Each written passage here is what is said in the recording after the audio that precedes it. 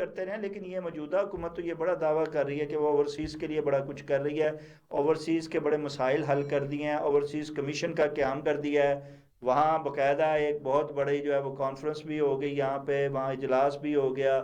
سارا کچھ ہوا، اور وہاں پہ اوورسیز کمیشن کو بحال کر دیا گیا، کمیٹیاں بنا دی گئیں، اب تو 3 مہینے میں فیصلے ہوں گے اور اوورسیز کے سارے مسائل حل ہو جائیں گے۔ یہ جو 3 مہینے عدالت والا نا، ہم بڑا او پی ایف کے جب نئے چیئرمین سید قمر رضا آئے تو پورے اوورسیز میں بلکہ پوری دنیا میں کا جو سب سے پہلا اور بڑا پروگرام ہوا وہ ہم نے فرانس میں کروایا تھا، اور انہوں نے ہم سے کچھ وعدے کیے جس میں خاص طور پہ PIA وعدہ جو ہے ان کا پورا ہو گیا، لیکن پاکستان میں ادارے جو ہیں اور بیوروکریسی جو ہے وہ اتنی مضبوط ہے کہ وہ کسی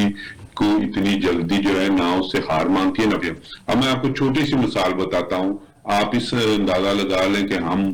جو پاکستان میں بیٹھے ہیں اوورسیز کو کس طرح ذلیل کرتے ہیں۔ گزشتہ 15-20 سال سے جو ہے وہ نادرا کا سسٹم چل رہا، اور ہم بڑے فخر سے کہتے ہیں کہ ہم نے دنیا کے کئی ممالک کو یہ جو نظام جو ہے وہ بنا کے دیا، اور ہمارا نظام دنیا میں بڑا اچھا نظام ہے، میں مانتا ہوں۔ اب مجھے یہ بات بتائیں کہ میرا ID کارڈ پاکستانی بنا ہے، شناختی کارڈ جس کو ہم کہتے ہیں، ٹھیک ہے، اور وہ باقاعدہ ڈیجیٹل ہے، اس کے بعد میرا پاسپورٹ بنا، وہ بھی اسی طرح کا ہے۔ اب میرا پاسپورٹ ختم ہو گیا، میں 6 مہینے سال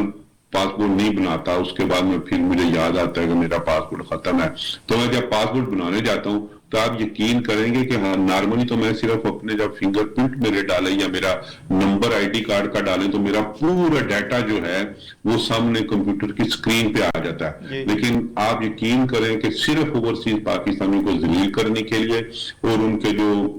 پیچھے پاکستان میں ان کے گھر والے بیٹھے ہیں ان سے پیسے حاصل کرنے کے لیے، رشوت لینے کے لیے